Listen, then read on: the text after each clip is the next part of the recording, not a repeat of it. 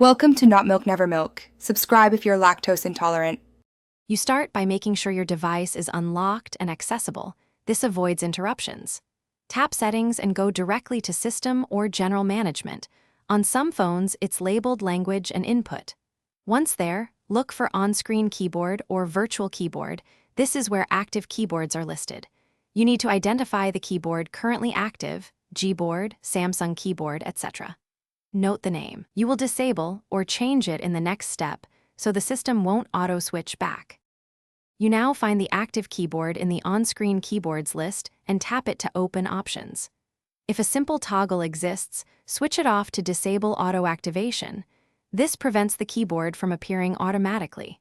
If it cannot be toggled off, uninstall updates or the app entirely, or revoke its input method permission.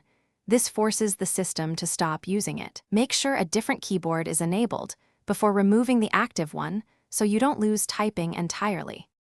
Finish by opening Default Keyboard and choosing the alternative keyboard you enabled. This confirms the system won't auto-select the disabled one. Restart your device to ensure changes take effect across apps. If the unwanted keyboard reappears, go back to the keyboard app settings, clear cache and data, and then disable or uninstall it.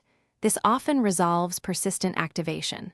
If problems continue, check for device-specific keyboard settings or manufacturer input helpers that may override system choices. Thanks for watching. If this was helpful, leave a like and consider subscribing. See you next time.